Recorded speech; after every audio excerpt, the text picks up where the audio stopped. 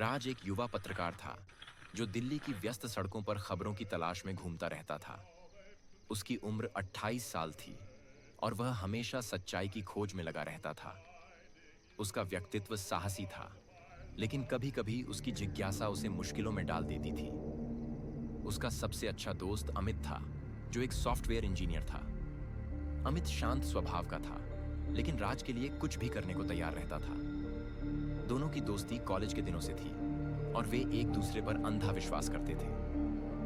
एक शाम राज के ऑफिस में एक अजीब ईमेल आया। ईमेल में लिखा था, अगर तुम सच्चाई जानना चाहते हो तो हरिद्वार आओ। गंगा के किनारे एक रहस्य छिपा है जो तुम्हारी जिंदगी बदल देगा, लेकिन सावधान, यह रास्ता मौत से भरा है। ईमेल अनाम था और इसमें कोई अटैचमेंट नहीं था। राज ने इसे स्पैम समझकर डिलीट करने की सोची, लेकिन उसकी जिज्ञासा ने उसे रोक लिया। उसने अमित को फोन किया। अमित, सुनो, एक अजीब ईमेल आया है। हरिद्वार जाने की बात कर रहा है, क्या लगता है? राज ने उत्सुकता से पूछा। अमित ने हंसते हुए कहा, राज, तू फिर से कोई नई मुसीबत में पड़ने वाला है। मत जा, दिल्ली में ही रह। लेकिन अगर तू जा रहा है तो मुझे भी ले चल, अकेले मत जाना। राज ने हंसकर कहा, ठीक है यार, कल सुबह निकलते हैं। अगले दिन दोनों ट्रेन से हरिद्वार के लिए निकल पड़े। रास्ते में राज ने अमित को अपनी पिछली जांचों के बारे में बताया। वह एक बार एक भ्रष्ट नेता की कहानी पर काम कर रहा था, जिसके कारण उसे धमकियां मिली थीं। लेकिन राज कभी पीछे नहीं हटता था। अमित हमेशा उसे सलाह देता था कि सावधान रहो, लेकिन राज की साहसिकता अमित को भी प्रेरित करती थी। हरिद्वार पहुंचते ही वे गंगा घाट पर गए। शाम हो रही थी और घाट पर आरती का समय था। दीपक जल रहे थे और भजन की धुन हवा में गूंज रही थी। राज ने ईमेल में लिखे शब्दों को याद किया। अचानक एक बूढ़ा आदमी उनके पास आया। उसकी आंखें गहरी थीं और चेहरा झुर्रियों से भरा था। तुम राज हो ना? वह ईमेल मैंने भेजा था, बूढ़े ने धीमी आवाज में कहा। राज चौंक गया।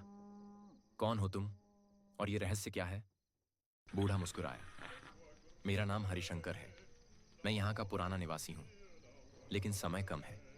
शहर के बाहर एक पुराना मंदिर है जहाँ सालों से हत्याएं हो रही हैं। पुलिस कुछ नहीं करती। वे कहते हैं कि यह भूतों का काम है, लेकिन सच्चाई कुछ और है। एक गुप्त संगठन है जो लोगों को बलिदान देता है। अगर तुम जांच करोगे तो खतरा है। अमित ने राज का हाथ पकड़ा।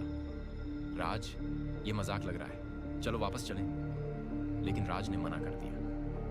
नहीं अमित, अगर सच्चाई है तो मुझे पता लगाना होगा। बूढ़ा उन्हें मंदिर का पता देकर चला गया। रात हो गई थी और दोनों ने एक छोटे से होटल में रुकने का फैसला किया। लेकिन रात में राज को नींद नहीं आई। वह सोच रहा था कि यह सब क्या है। अचानक कमरे की खिड़की से एक छाया दिखी। राज उठा, लेकिन वहां कोई नहीं था। क्या यह उसकी कल्पना थी? अगली सुबह राज और अमित पुराने मंदिर की ओर निकले। मंदिर शहर से बाहर जंगल में था। रास्ता ऊबड़ खाबड़ था और चारों तरफ घना जंगल। अमित डरते हुए बोला, राज, ये जगह खतरनाक लग रही है, क्या हमें पुलिस को बताना चाहिए? राज ने कहा, पहले देखते हैं, अगर कुछ गलत है तो बताएंगे। मंदिर पहुंचते ही उन्हें एक पुराना पुजारी मिला। पुजारी का नाम स्वामी जी था और वह शांत लेकिन रहस्यमयी लगता था। क्या काम है? स्वामी जी ने पूछा। राज ने झूठ बोलकर कहा, हम पर्यटक हैं, मंदिर देखने आए हैं। स्वामी जी ने उन्हें अंदर आने दिया। मंदिर पुराना था। दीवारों पर अजीब निशान थे, जैसे कोई प्राचीन भाषा में लिखा हो। राज ने चुपके से फोटो ली।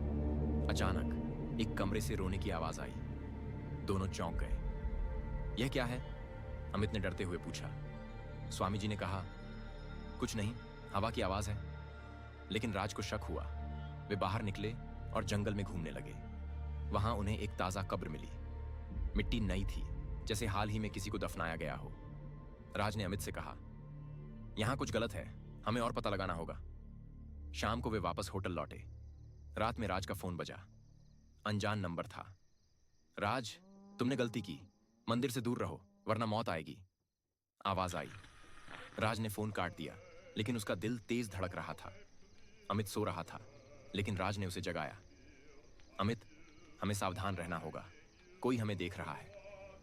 अगले दिन वे फिर मंदिर गए। इस बार वे छिपकर देखने लगे। शाम को कुछ लोग मंदिर में आए। वे काले कपड़े पहने थे और उनके हाथ में अजीब चिन्ह वाली किताबें थीं। वे एक कमरे में गए और वहां से चीखने की आवाज आई। राज और अमित ने देखा कि वे एक युवती को बलिदान देने की तैयारी कर रहे थे। युवती का नाम प्रिया था, जो हरिद्वार की स्थानीय लड़की थी। प्रिया बहादुर थी, लेकिन उस समय डरी हुई थी। वह एक सामाजिक कार्यकर्ता थी जो गरीबों की मदद करती थी। राज ने अमित से कहा, हमें उसे बचाना होगा। वे चुपके से अंदर गए। राज ने एक आदमी को पीछे से मारा और प्रिया को छुड़ाया, लेकिन शोर हो गया। संगठन के लोग उनके पीछे पड़ गए। जंगल में भागते हुए राज, अमित और प्रिया ने छिपने की कोशिश की, लेकिन एक गोली चली और अमित के कंधे पर लगी। अमित! राज चिल्लाया। प्रिया ने अमित की मदद की। जल्दी यहां से चलो। वे किसी तरह शहर पहुंचे। अस्पताल में अमित का इलाज हुआ। प्रिया ने बताया, यह संगठन काला छाया कहलाता है। वे अमीर लोगों के लिए बलिदान करते हैं ताकि तब मेंढे धन बढ़े। मैं उनकी जांच कर रही थी, इसलिए उन्होंने मुझे पकड़ा। राज ने कहा, अब हम तीनों मिलकर उन्हें रोकेंगे। अमित ठीक होने लगा, लेकिन खतरा बढ़ गया। होटल में एक रात कोई कमरे में घुसा। राज जाग गया और उससे लड़ाई हुई। अंधेरे में राज ने उसे धक्का दिया और वह खिड़की से गिर गया। लेकिन सुबह पुलिस आई। तुम पर हत्या का आरोप है, पुलिस ने कहा। राज चौंक गया। नहीं, वह हमला करने आया था। लेकिन पुलिस नहीं मानी। पता चला कि संगठन के लोग पुलिस में भी थे। राज, अमित और प्रिया को भागना पड़ा। वे जंगल में छिप गए। प्रिया ने कहा, मुझे एक दोस्त का पता है जो मदद कर सकता है। वह शहर के बाहर रहता है। रास्ते में बारिश होने लगी। जंगल अंधेरा हो गया। अचानक पीछे से कार की लाइटें दिखीं। संगठन के लोग उनका पीछा कर रहे थे। राज ने कार चलाई, लेकिन रास्ता फिसलन भरा था। कार एक पेड़ से टकराई। सभी घायल हुए, लेकिन भागते रहे। एक गुफा में छिपकर वे रुके। प्रिया ने राज का हाथ बांधा। तुम बहादुर हो राज, लेकिन यह खतरा क्यों उठा रहे हो? राज ने कहा, सच्चाई के लिए मैं कभी पीछे नहीं हटता। अमित ने कहा, और मैं तुम्हारे साथ। सुबह वे प्रिया के दोस्त के पास पहुंचे। दोस्त का नाम विक्रम था, जो एक पूर्व पुलिस अधिकारी था। विक्रम सख्त स्वभाव का था और संगठन के बारे में जानता था। तुम्हें सबूत चाहिए। मंदिर के नीचे एक गुप्त कमरा है जहां तक मेंढे रिकॉर्ड हैं, विक्रम ने बताया। वे योजना बनाई। रात में मंदिर जाना था, लेकिन खतरा था। संगठन का नेता, जो मास्टर कहलाता था, बहुत खतरनाक था। वह एक अमीर व्यापारी था जिसका नाम रवि ठाकुर था। रवि ठाकुर क्रूर था और पैसे के लिए कुछ भी कर सकता था। रात को चारों मंदिर पहुंचे। विक्रम ने बाहर पहरा दिया। राज, अमित और प्रिया अंदर गए। गुप्त कमरा ढूंढने में समय लगा। अचानक अलार्म बजा। संगठन के लोग आ गए। लड़ाई शुरू हो गई। राज ने एक आदमी को मारा, लेकिन मास्टर सामने आ गया। तुम्हारी हिम्मत कैसे हुई? मास्टर ने कहा। प्रिया ने चुपके से रिकॉर्ड निकाले, लेकिन मास्टर ने गोली चलाई। गोली प्रिया के पैर पर लगी। राज ने मास्टर पर हमला किया। दोनों की लड़ाई हुई। अमित ने प्रिया को बाहर निकाला। विक्रम ने पुलिस को बुलाया, लेकिन असली पुलिस को।